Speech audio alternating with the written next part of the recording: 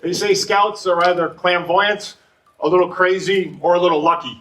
And look, a couple of months ago, we were looking at this location. The agency said, beautiful mountaintop, beautiful views, and they want to sort of build a house over this.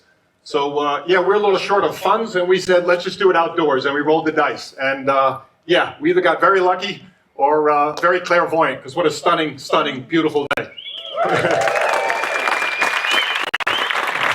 So good afternoon, everyone, and thank you all for coming. Obviously, we're honored that you could join us here today in the beautiful hills of Franklin. You know, of course, you see behind me, the world needs more scouts, and we couldn't agree more. You know, we've been saying this since our journey began just 2 short years ago. As many of you know, scouts are the ones who get out ahead. Scouts are the ones who move forward, see what's over the next hill. Scouts look for the opportunity, and then, of course, come back to help lead the way forward. So speaking of a few scouts, I'd like to extend a warm welcome, of course, to Arno Atlitz and Stefan Beckbach from the Volkswagen Group. Gentlemen, thank you very much for joining. I'd also like to personally welcome a few scouts from the state of South Carolina. Of course, we have Governor Henry McMaster, we have Senate President Thomas Alexander, and of course, Secretary of Commerce Harry Light. Thank you very much. So I think, as many of you know, it's obviously appropriate to be here today in a town named for Benjamin Franklin. He meets everyone's definition, certainly my definition of a scout. He was a scientist, an inventor, and of course, a leader of our revolution. Franklin's experiments with electricity were so advanced, he had to invent the very words we use to describe how electricity works today. It was Ben Franklin who first named a device for storing electric energy. He, in fact, called it a battery. So it's entirely fitting that we're here today in Franklin, Tennessee, to reveal the first 2 battery-powered electric vehicles from Scout Motors. Thank you. Now, certainly the auto industry right now could use a few more scouts. These, without a doubt, complicated times. Industries facing labor tensions, unease about the shift to EVs, infrastructure, geopolitical uncertainty, inflation, supply chains, the need to get software done right, digital trust, and of course, return on investment. In short, many of these issues have complicated the market, and when you complicate the market, in our opinion, you reduce consumer trust in our beloved industry, and in fact, you reduce enthusiasm for the very products we're trying to sell. Now, while all of that is going on out in the world, here in America, what about America and the American consumer? And from what we see, Americans want to simplify. They want to trade in a lot of the virtual experiences for real, tangible experiences. Digital detox. Americans are de-urbanizing for the first time since the 70s. People are moving from big cities to small towns. Americans are rediscovering the outdoors. Participation in outdoor recreation has grown to nearly 170 million Americans. And through it all, of course, as always, Americans remain optimistic. They want to move forward. They want to build things. They want to do things. So how do we navigate this American market at this profound American moment? And for me, the answer is clear. It's Scout. And in fact, it's always been Scout. This was the brand, and we will be the ones who restore an absolute American icon to its rightful place, one that sits in the world's most valuable automotive segments and profit pools, at a time when America wants to build and do things again. Second, we're going to embrace a community of doers, dreamers, makers, and explorers that represent the very essence of America. Just as John Glancy, or Jim Allen, or Sean Barber, or Dick Hatch, former designer of the original Scout, they are all here with us today. And we want to thank them for sharing not only their love, but honestly, a bit of their tough love along the way. So thank you very much for joining us.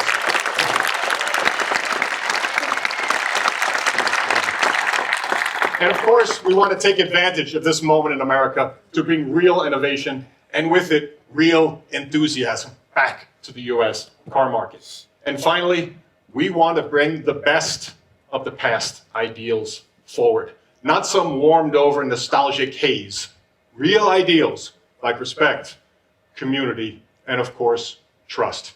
Now, Scout was certainly ahead of its time in inventing the SUV segment and tapping into the American psyche of exploration. And now Scout is just at the right time. In fact, the perfect time for this American market. Now, in order to unlock this magical brand with its vast potential, it's best to do it as a startup with a running start. An absolute clean sheet, if you will. Speed, efficiency, ingenuity, but also expertise, scale, and of course, know-how.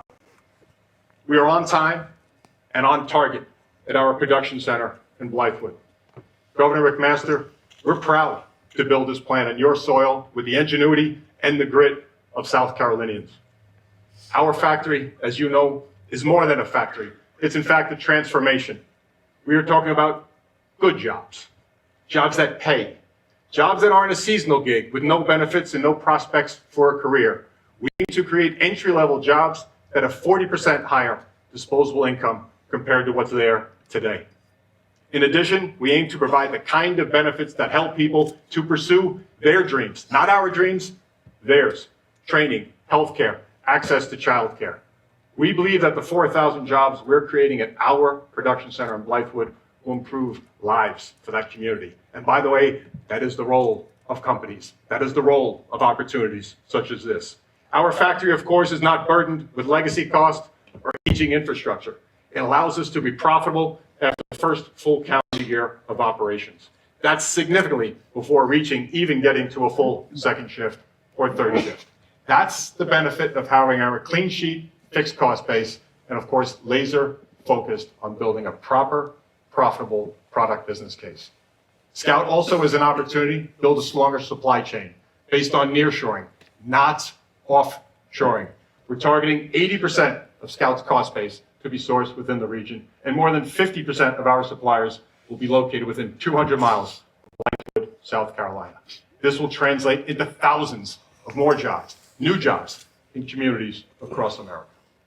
We also intend to transform how consumers buy, service, and experience Scout. Scout pricing will be transparent.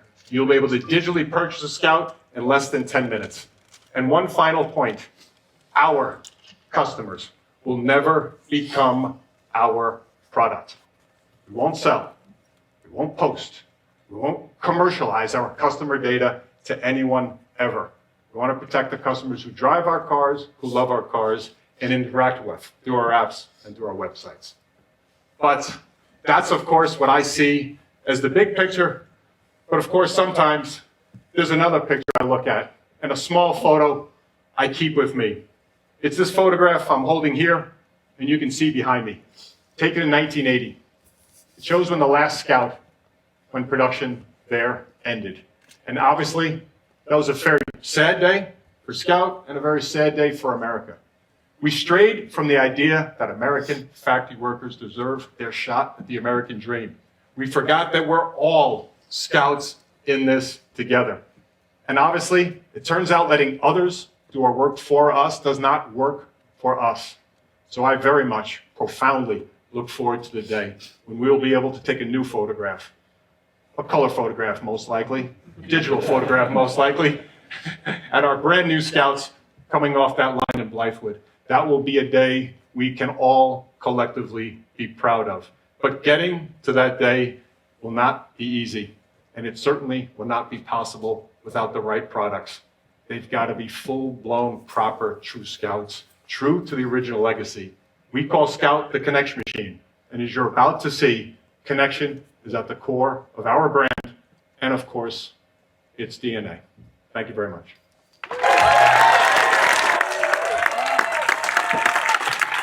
How about the new Scouts?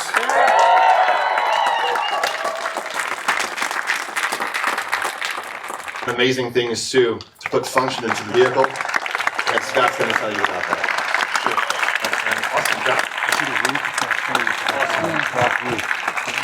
Well, a couple of things. First of all, just to clarify, I am not an engineer, so I wanted to get that clarified right off the bat. I think, look, just to think about Chris, he's a brilliant designer. He's also a very kind and generous person, and I love working with him. I love having him as a friend. And look, as you know, when companies start out, you have to posture yourself and make yourself look big. So, of course, when we were interviewing Chris, he came from a giant company, I will say. And I think Chris might have had more company cars than we had employees at the time of Scout. So of course, when we were discussing it, he was asking, where's the design studio and where's the software and there was all of this, and we had nothing, absolutely nothing. I was in a WeWork office holding that. So much of these cars were designed, and Chris, you're in your basement, I was in a WeWork, and away we go. So magical things happen. So thank you, Chris. Awesome stuff. Okay, so it's pretty straightforward. I think everyone's saying company sounds cool, design looks pretty cool. Have we properly kitted this thing out, or have we compromised this thing? So this is where we're going to get to some of the goods about this machine that we are building. So I think first and foremost, it's relatively straightforward. The first thing we had to do was make this thing a proper, no-joke Scout. And I think in many regards, we've absolutely done that. If you look at the foundation, if you will, of this vehicle, the foundation, obviously, body-on-frame construction, high-performance galvanized steel frame. Terra towing, 10,000 pounds. Traveler, 7,000 pounds. Payload, 2,000 pounds. Now, I know you all love your Terras from back in the day, but these numbers might be significantly better than what they had back then. And next thing, of course, is our drive system. And I think if you look at, obviously, 100% gradability, projected torque, 1,000 pound-feet, 0 to 60 as quick as 3.5 seconds. Solid rear axle on this vehicle, front and rear mechanical differentials on this thing. Again, a proper. Now, if you look at what it's going to be capable of, obviously weighting depth 3 feet, ground clearance, sway bar disconnect, 35-inch tires, capable, potentially, let's see, of going even bigger, and a suspension obviously tuned on-road, off-road, air spring as well. I think the final point on making this thing a count is our philosophy. Somehow, when the world got digitized, I promise you, Americans have not forgotten how to do things, like open a car door, like turn a knob, like pull a switch. So I promised you all sorts of functionality to let Americans stay functional and keep doing things themselves, as having AI take over everything that's out there in this vehicle. So now, hopefully, you see the credibility, but of course, we would be naive to miss the moment and not make a tool for today. So when we say a tool for today, what exactly is it capable of? I think let's talk about utility. Obviously, the pickup, 5.5-foot pickup bed, 2 120-volt outlets, 240-volt outlet, and again, 2,000-pound payload in the pickup truck. If you swing it around to the front or the front of the vehicles, again, golf clubs, gym bag, cooler, 120-volt, slide-out seating, and of course, flexible storage as well. So this is a highly, highly flexible machine. Now, of course, the tool for today needs power. Power is important to keep these things moving. And of course, all Scouts will be standard with NACS, North American Charging Standard, bi-directional charging on all vehicles, 800-volt vehicle architecture, projected 350 miles EV range on the Scout. So the power is proper. Let's talk a little bit about the architecture on this vehicle. Modern zonal architecture, over-the-air updates, remote diagnostic, and of course, this allows us to really contribute to the lifetime value of this vehicle. I think another thing that's critical to make a tool for today is I think if you look at a lot of vehicles, frankly, they say it's our car as the OEM. You just happen to be sitting in our car. And I think that's not what we want to do. We want to make the Scout yours. So right from day one at launch, all accessories fully loaded in so you can make it your Scout. Whether it's racks, whether it's off-road bumpers, whether it's the skids, whether it's the wheels, across the board, huge accessorization on this vehicle from day one to make it yours. We're just giving you the playground to play with. And look, we're also going to continue to play around with the vehicle. We know Scouts, we're super work vehicles, and we want to keep that alive, whether it's a plow or, of course, the hay bale that you see here. This is the type of world we want to create with Scout, a world where you can work, a world where you can play, and a world where you can enjoy yourself in between. And the final piece of making a proper Scout, of course, is this connection machine. The bench seat, as Chris mentioned, the user interface, which offers a community experience between who's ever sitting in the front of the vehicle, allows you to swip back and forth on this interface. obviously is very Scout. Of course, we want to hangout in terms of what you can see on this experience. And when we talk about the hangout, this is where we're talking about the split tailgate. And yes, we do want a split tailgate. We want one to sit back. Sean, if you are here, this was sort of held out for you on this front. Accessory ready and fantastic, ready to go on that front. Cost us a little bit more money, Sean, so I'll be talking to you later on that front. But we'll get there. And of course, the other thing we love is the open air and the cabana top. So proper fabric, you can see it here in this vehicle. Super old school, super open, and also super easy and a great combination. Now look, I think it gives you a sense of what we're up to. Obviously, there's a lot more technology and innovation in the vehicle, but I think you can see we're building a connection machine, built a proper Scout, and it's a Scout that's going to be able to look for the future. But of course, I think as you know, these are complex times, oftentimes made more complicated than they need to be. But I think if you know anything about Scouts, of course, we tend to listen now and then, and we always try to listen. And I can remember wandering around Fort Wayne in the early days, looking at the Harvester Homecoming and walking by the old plant. And of course, speaking to a few of, let's say, the OGs of Scout, if you will, if I can call you that. And of course, there was some chirping about this thing called gasoline every now and then. And of course, we see what's happening in the marketplace. And of course, many of you know the governor is a politician and a lawyer, but he's a keen insights on engineering as well. So we've had some conversations on this front. And I think it's pretty straightforward. We gave it a name. If some of you are pretty onto it, you can see it on this vehicle. The name's Harvester. That's it. Yes. Look, I want to give the Scout engineers a ton of credit. They're brilliant, they're hardworking, and they're capable of doing great things, and frankly, they are doing great things. Look, it speaks for itself. It's pretty straightforward. Projected range, over 500 miles. Make the battery a little bit smaller, fill that space with a gas tank, and get the range that you see there. I think there's a couple critical points we want to make, which is crucial. First and foremost, with the range extender, it's still a Scout. All of that great ability, all of that capability, all of that ruggedness, nothing goes away when you get the range extender. I think the other critical thing, it's still an EV. It's got the packaging of an EV. You still have the frunk, you still have all the packaging. The battery will drive both of the axles. Of course, the engine will power the battery. So this gives you a proper EV experience with, of course, the generator. The third thing that's critical for us in these times, of course, is future-proof. Makes the platform future-proof. It also, of course, makes the factory future-proof. We can ebb and flow and move from range extender to EV, EV to range extender, or, of course, Terra to Traveler. Now, the most important thing is, of course, the summary. The opportunity, of course, is now to reserve one of these magnificent vehicles. I think you've seen the capabilities. I won't be repetitive.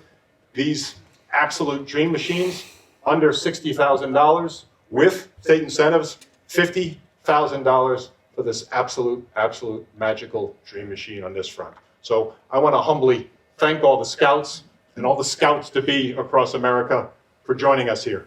Now, there's one final image which just sort of hit me as we were preparing for the presentation. And of course, you see it here. We took this shot about 2 days ago, or feels like 5 weeks ago, but I think it was just 2 days ago. And obviously a young boy there with his binoculars on looking out. And I think, look, first and foremost, you all know that there was the original Scouts, and most of the imagery that we see, they're navigating this brilliant country in those original Scouts, from the 80 to the 800 to the Scout 2. And we're very proud that you're all here, and very proud that you kept this brand alive. But I think you also know America needs new Scouts. America needs Scouts now more than ever. And when this young boy jumped in that machine, got up the cabana roof, and looked out into the future, I said to myself, and he said to us, he's going to be a future Scout. He's going to drive a Scout, full stop. Now, I don't know where he's going to go in life. Maybe his parents are generous and it's his first car. And he's whipping around to high school, I don't know, somewhere in New York, and he'll be the coolest kid in town, no debate. Maybe he has a family, and he takes them skiing in the mountains of Vermont off on the East Coast. Or maybe he takes his daughter to a wonderful college down in Columbia, South Carolina, and drops her off down there. Or maybe he's navigating the highways and the byways and the roads of this proud and incredible country. And maybe he goes all the way out to California. Maybe he goes to Ventura, California. We know some good Scout fans in that place. And maybe, when he's driving, you'll catch his eye somewhere. And maybe he'll catch yours. And you can say, you were here. You saw him.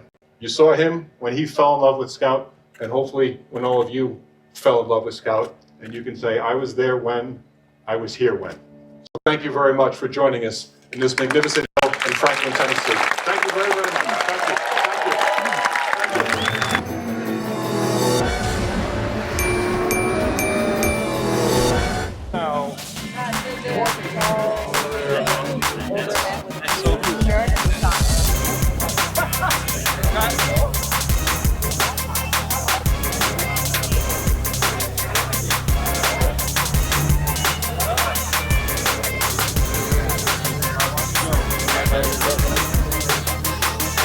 Excuse me.